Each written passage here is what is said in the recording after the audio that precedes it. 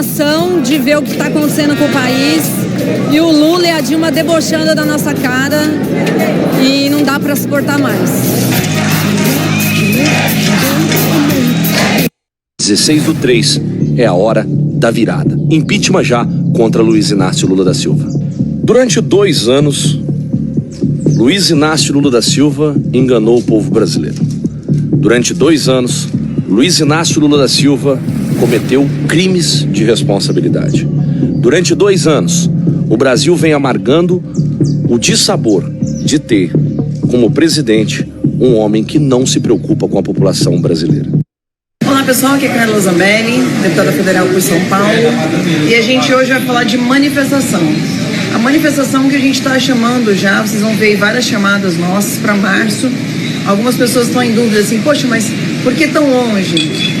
Para vocês terem uma ideia, dia 13/3, né, 13 de março de 2015, só foi o sucesso que foi porque a gente chamou em dezembro. Em dezembro, dia 13 de dezembro de 2015, a gente chamou para 13/3 de 2016. Bom dia, senhoras e senhores. Hoje é 8 de fevereiro de 2025. São 9 horas da manhã. O mês de março começará com os 40 indiciados por tentativa de golpe em 8 de janeiro sendo julgados no STF. Poucos dias depois, os golpistas planejam tentar de novo.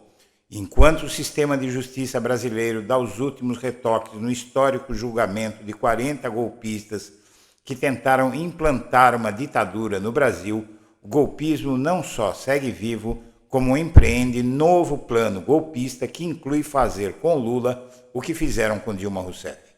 Políticos como Nicolas Ferreira e Carla Zambelli são alguns dos bolsonaristas que estão preparando manifestação em 16 de março para tirar o Lula, emulando manifestação de 13 de março de 2015, que selou o destino daquele governo Dilma.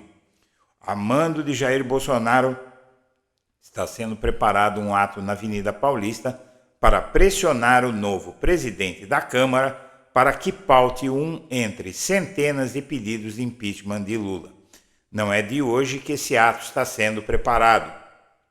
E não é de hoje que o Supremo, alertado pela Polícia Federal, está monitorando o novo golpe e a reação dura começa a ser aplicada na semana que entra, quando a PGR vai começar a denunciar em fatias os 40 golpistas.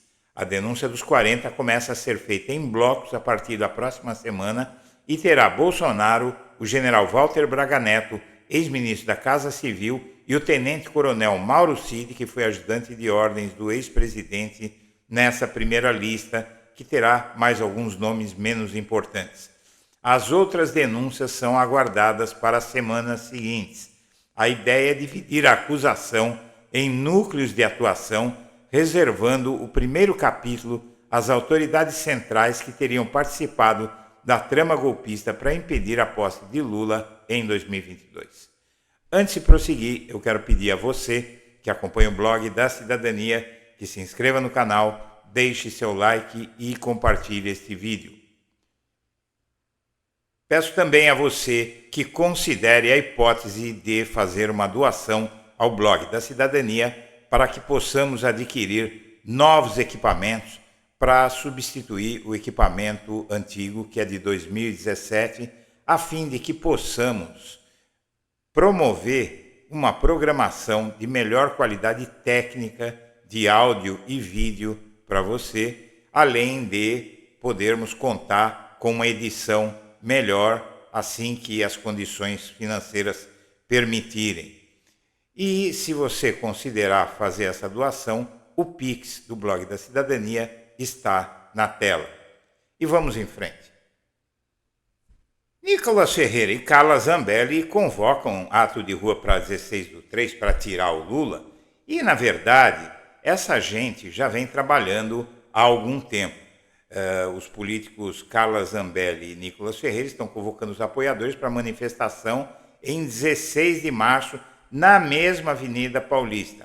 Há que notar que a manifestação muito provavelmente não será tão pequena. Haja vista que em setembro do ano passado eles conseguiram colocar 40 mil pessoas ali no local. Não é uma manifestação tão grande quanto foi a de 25 de fevereiro do ano passado e muito menos como a de 2015, quando se estimou que 300 mil pessoas estiveram na Avenida Paulista pedindo o impeachment de Dilma Rousseff. A oposição aposta nessa aderência popular ao impeachment de Lula para pressionar o Congresso. Passados mais de 4 meses desde a última manifestação, em 7 de setembro, a oposição voltou a buscar o respaldo das ruas para o pedido de impeachment de Lula. E, enquanto isso, a ameaçada de cassação pelo TSE, a Zambelli já convoca uma motociata para fazer um esquenta da manifestação na próxima quarta-feira, dia 12, que vai ser um termômetro do que vai acontecer no país. A deputada federal, Carla Zambelli, divulgou na quinta-feira dessa semana que termina, hoje, mensagem em grupo de WhatsApp de parlamentares da oposição com informações sobre a passeata e a motociata marcados para a quarta-feira que vem. Aqui está o pedido, pede fora Alexandre de Moraes, não é? É uma parte do plano golpista, mas a tentativa de golpe em si é para 16 de março. O Bolsonaro, enquanto isso, defende revogar a lei da ficha limpa para disputar a eleição e a relatora da CPI do 8 de janeiro desafiou o novo presidente da Câmara a ler o relatório, porque ele está dizendo que não houve tentativa de golpe em 8 de janeiro. Então, a relatora, o presidente da Câmara, Hugo Mota, disse isso em entrevista, que não foi tentativa de golpe, e a relatora da CPMI do 8 de janeiro, a Elisiane Gama, o desafiou a ler o relatório da comissão. Quem, porventura, ainda tiver alguma dúvida de que houve tentativa de golpe, convido a ler detidamente o parecer com suas 1000 páginas da Câmara dos Deputados, quando ela era presidente, ainda no início do governo Lula. E ainda um plano de semipresidencialismo no Congresso, que significaria transformar o Lula, se não houver impeachment, numa rainha da Inglaterra. O Lula vai ficar lá como figura decorativa e o Congresso, comandado pela extrema-direita, vai poder governar o país, apesar de termos um presidente de outra orientação política. A declaração de Hugo Mota sobre 8 de 1 e atos em março estão, inclusive, acendendo a esperança dos bolsonaristas para reverter o jogo e reverter a prisão do Bolsonaro e dos outros 39 bandidos. Aliados do Lula criticam o Hugo Mota, o presidente da Câmara, por desvincular a tentativa de golpe, a manifestação de 8 de janeiro da tentativa de golpe, e eles citam investigações que refutam a ideia da anistia que o STF já enterrou. Tanto o fim da lei da ficha limpa quanto a anistia, o STF já disse que não passa. Se o Congresso apoiar, o STF veta. Mas eu acredito que não chega no Senado. Seja como for, a ação que mira a Carla Zambelli está chegando na reta final e ela, que dias atrás teve seu mandato cassado pelo TSE por abuso de poder, vai ter em breve uma nova preocupação, desta vez no STF. É a ação contra ela por perseguir com uma arma um eleitor de Lula às vésperas do segundo turno das eleições de 2022. O relator do caso é Gilmar Mendes. Então a reação está começando. Sem Alexandre de Moraes, porém, o TSE mantém ações contra Bolsonaro e aliados em banho-maria. É o efeito de Cássio Nunes Marques e André Mendonça, que ocupam cargos importantes. E a ministra Carmen Lúcia não está fazendo valer a sua autoridade, mas também é um pouco mais difícil para ela, porque o vice-presidente do TSE, que é o Nunes Marques, e o André Mendonça, eles ocupam um cargo na cúpula do TSE, que decide a pauta junto com a presidente. Então, aí realmente é preciso pressionar o TSE a atuar. Mas os aliados de Bolsonaro já traçaram um cronograma para Alexandre de Moraes determinar a prisão do Bolsonaro. Integrantes do PL apostam que o Moraes vai dar celeridade ao caso da trama golpista, enquanto aguardam a denúncia da PGR, que deve ser apresentada neste mês. Aliados de Bolsonaro traçaram um cronograma das próximas etapas da investigação da trama golpista.